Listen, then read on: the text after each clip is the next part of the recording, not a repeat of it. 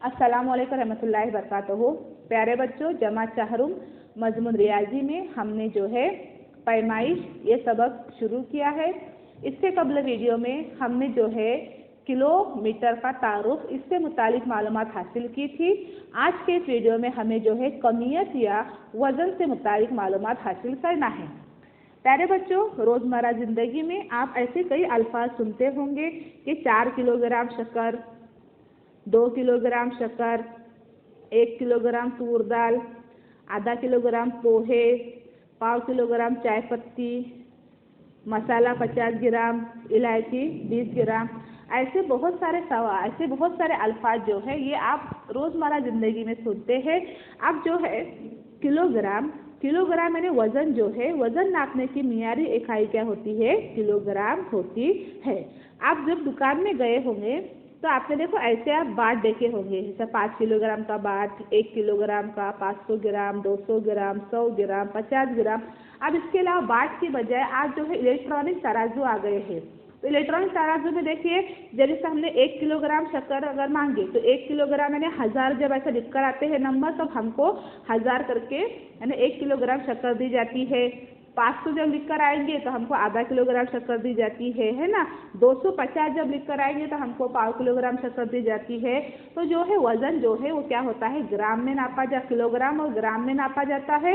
और 1 किलोग्राम में जो है वो क्या होते हैं? 1000 ग्राम होते हैं। यानी 1000 ग्राम मिलकर क्या बनाते हैं? 1 किलोग्राम बनाते हैं। ये बात समझ में। अब इसके बाद यहाँ देखिए,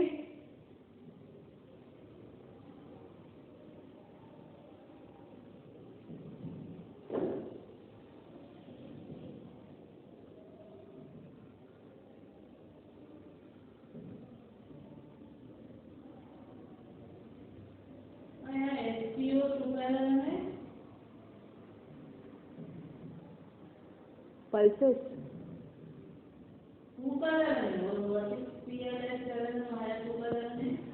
खबर ना था वक्त। अब यहाँ देखिए इकाइयों में तहवील।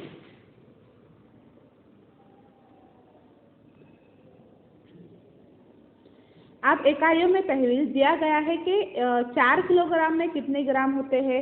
अब 4 किलोग्राम में कितने ग्राम होते हैं, इसका मतलब हमको क्या करना पड़ेगा? 4 को जो है वो क्या करना पड़ेगा? 1000 से क्या करना पड़ेगा? ज़र्ब देना पड़ेगा। अब 4 1 का 4, बचे हुए कितने सिफर? 3 सिफर है। 4 किलोग्राम में जो है वो क्या होते हैं? 4000 ग्राम होते हैं। अब उसके बाद देखिए यहाँ पर अगला सवाल दिया गया है कि 3 किलोग्राम यानी कितने ग्राम। तो 3 किलोग्राम यानी कितने ग्राम का मतलब क्या है? हमको जो है 3 को क्या करना पड़ेगा? 1000 से क्या करना पड़ेगा? ज़र्ब देना पड़ेगा। तो 3 ज़र्ब 1000 यानी यहाँ पर जो है जवाब हमारा आएगा 3000 ग्राम। उसके बाद जो है अगला है 1.5 किलोग्राम में कितने ग्राम होते हैं। अब देखो हमने इससे पहले देखो मुरक्कब कसर हमने पढ़े थे। मुरक्कब कसर में हमने जो है आपको 1.25, 1.5, पौने, है ना, मुरक्कब कसर किस तरह बनती है। अब देखो सवाल क्या बोला गया है कि देखो यहाँ पर सवाल है, ये सवाल क्या बोला गया कि 1.5 किलोग्राम में कितने ग्राम होते हैं।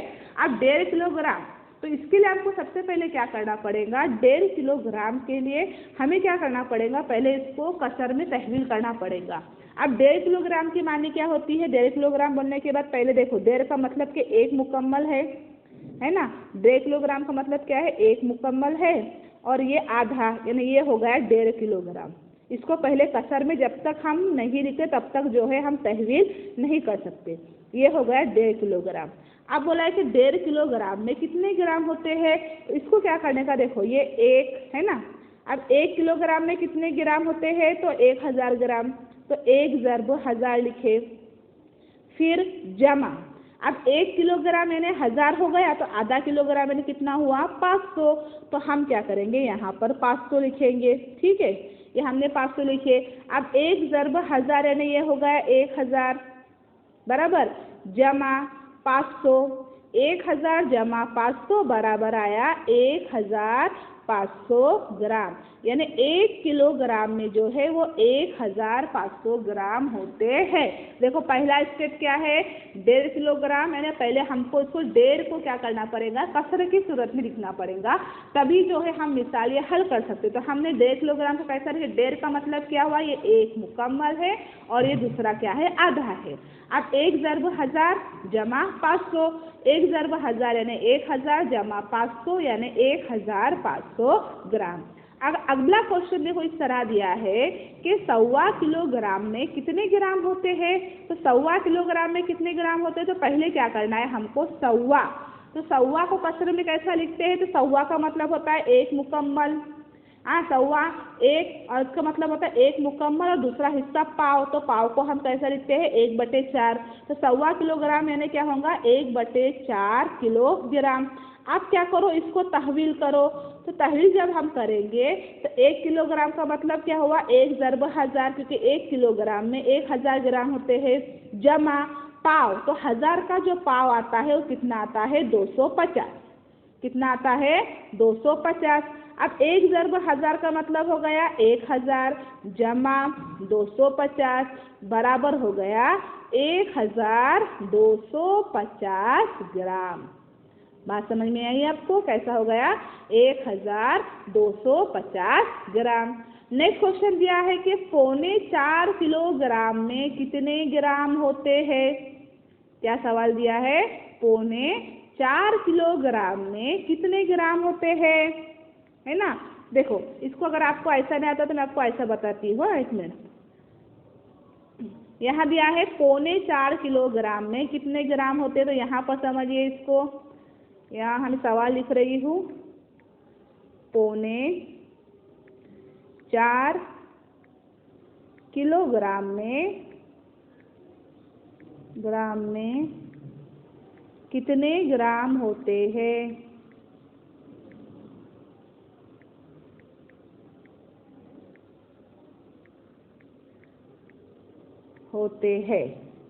ये सवाल आया 4.25 किलोग्राम में कितने ग्राम होते हैं, ठीक है।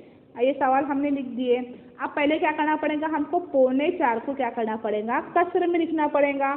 तो 4.25 का मतलब क्या होगा, पौन का मतलब 4.25 का मतलब क्या होगा, देखो 3 मुकम्मल है ना, और 4 को पूरा होने में एक हिस्सा बाकी है, तो एक हिस्सा बाकी है यानी इधर हो गया 3/4 किलोग्राम। ये हमने क्या किए, इसको पहले तहवील किए, 4.25 को हमने कसर में लिखे, कैसा लिखे 4.25 का मतलब 3 मुकम्मल है और 4 को पूरा होने में एक हिस्सा बाकी है यानी पौन हिस्सा यानी 3/4, ये हो गया 4.25 किलोग्राम। अब इसको हल करो, आप सब में पर देखेंगे 3 किलोग्राम, तो 3 किलोग्राम का मतलब क्या होगा, यहाँ पर 3 ज़रब 1000, 3 ज़रब 1000 जमा पौने। अब 1 किलोग्राम का पौन कितना होता है 750, ये हमने लिखे 750। आपको याद रखना है कि 1000 का आधा कितना होता है 500, 1000 का पाव कितना होता है 250 और 1000 का पौन कितना होता है 750। अब 3 ज़रब 1000 हमने किए, तो इसका मतलब यहाँ हो गया 3000 जमा 750 बराबर आएगा 3750 ग्राम। तो इस तरीके से हमने क्या किया, यहाँ पर जो है तहवील किए। समझ में आई बात। उसके बाद देखिए नेक्स्ट क्वेश्चन दिया गया है,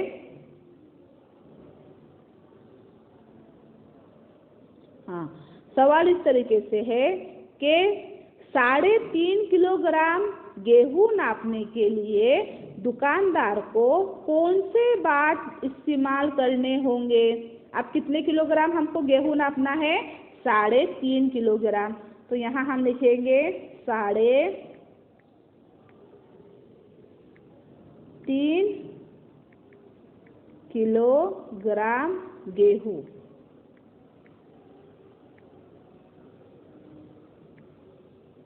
है ना। 3.5 किलोग्राम गेहूं को नापने के दुकानदार कौन कौन से बाट इस्तेमाल करेंगे। तो देखो 3.5 को पहले कसर में लिखो, 3.5 का मतलब क्या होगा 3 मुकम्मल है, दूसरा क्या होगा आधा, है ना। अब जाहिर सी बात है, अब 3.5 किलोग्राम गेहूँ अगर नापना है तो आधा है, तो आधे का मतलब देखो 3 किलोग्राम का मतलब क्या होगा, उसको जो है 1 किलोग्राम के कितने बाट लगेंगे, 3। तो यहाँ पर आएगा 1 किलोग्राम के 3 बाट, कितने बाट, 1 किलोग्राम के 3 बाट हो गए, नहीं हो गए 3 किलो। अब बचा आधा किलो, तो आधा किलो है 500 ग्राम, तो यहाँ पर आएगा 1 किलोग्राम के 3 बाट और 500 ग्राम का कितना बाट, 1 बाट। तो इस तरीके से जो है वो क्या होंगे, 3.5 किलोग्राम जो है गेहूँ क्या होंगे, यहाँ पर जो है 3.5 किलोग्राम गेहूँ क्या होंगे, नापे जाएंगे। ओके, अब इसके बाद देखिए नेक्स्ट, हाँ अब यहाँ देखिए क्या बोला है कि खाली चौकोन में मुनासिब अदद लिखिए। क्या बोला है, खाली चौकोन में मुनासिब अदद लिखिए।